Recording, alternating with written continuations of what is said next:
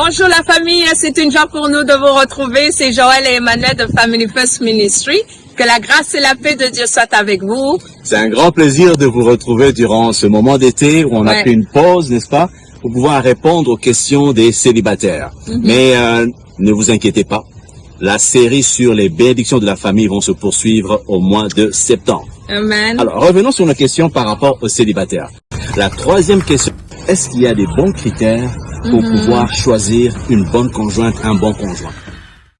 On sait qu'il y a beaucoup de gens, n'est-ce pas, Joël, qui ont des attentes larges comme ça. Ouais. On veut se marier, on fait une liste. Un homme grand, un homme riche, un homme beau, un prince. Les femmes, c'est comme ça qu'ils ont des critères. Les hommes aussi, une belle femme, une belle famille, intellectuelle, qui prie, et ainsi de suite. Alors, quels seraient les bons critères qu'on pourrait avoir pour pouvoir faire le bon choix? En tout cas, c'est une très bonne question qui suscite beaucoup de débats auprès des célibataires aujourd'hui. On parle bien sûr aux célibataires qui ont déjà une relation avec le Seigneur Jésus-Christ. Donc, c'est à ce public que nous nous adressons. Et on est en train de répondre à quelques questions pour aider justement dans ce débat qui est vraiment très important aujourd'hui pour les célibataires parce que nous voyons que les familles sont beaucoup attaquées. Donc les célibataires, il y a comme une crainte qui s'est installée, qu'on veut démystifier, briser, parce que le Seigneur veut que vous puissiez vous marier, mais que vous vous mariez bien. Alors on espère que les deux premières questions, quand même, vous avez eu la chance de les regarder. Vous pouvez les retrouver sur notre page de Facebook de Family First Ministry, ainsi que sur YouTube de Ministère Family First. Et on aimerait avoir aussi vos avis par rapport à ce que nous avons déjà partagé avec vous. Et le débat va se poursuivre bien sûr dans notre conférence que nous allons avoir à la rentrée. On va vous communiquer la date prochainement. Alors, comment choisir un bon conjoint et une bonne conjointe? Moi, personnellement, je le dis personnellement et je pense que c'est justement pour cela que nous faisons ces questions-réponses.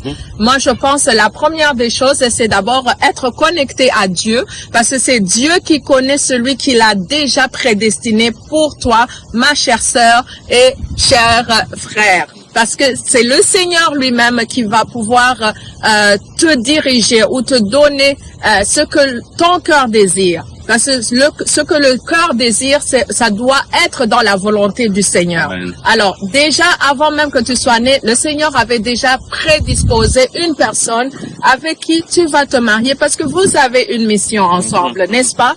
Donc, pour moi, sincèrement, il faut rechercher cette réponse auprès de Dieu. Parce que c'est Dieu lui-même qui connaît la personne qu'il a déjà prédestinée pour ta vie, pour accomplir la mission pour laquelle il vous a amené à être ensemble. Parce que chaque couple a une mission à accomplir ici sur terre pour glorifier le Seigneur. Ça, c'est le premier point que je pourrais pouvoir donner. Et pour compléter ton point, il y a une parole de Dieu qui dit ceci: celui qui trouve une femme trouve le bonheur. Amen. C'est une grâce qui lui a été donnée, c'est un cadeau, c'est une grâce qui a été offerte par le Seigneur. Amen. Donc pour avoir ce bonheur, pour trouver la femme, tu dois avoir la grâce de Dieu. Ça, c'est la première des choses. Et merci beaucoup pour ce point. Moi, j'ajouterais aussi sur le plan émotionnel, sur le plan physique, c'est important.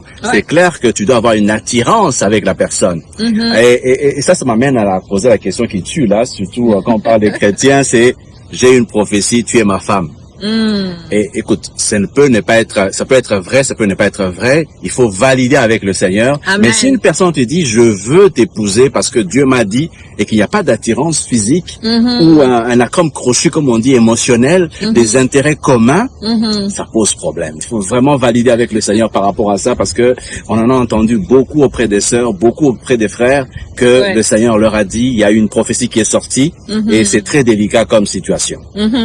Et moi, j'ajouterais le premier couple que nous voyons dans la parole de Dieu de Adam et Ève, lorsque le Seigneur a amené Ève auprès d'Adam, Adam a exprimé avec avec des phrases poétiques, voici la chair de ma chair, l'os de mes os. Donc c'est pour démontrer qu'il a vu d'abord le physique de la femme que Dieu lui a amené auprès de lui. Donc oui, il doit y avoir une attirance. Et le Seigneur nous a créés, nous sommes des créatures candidature merveilleuse devant le Seigneur.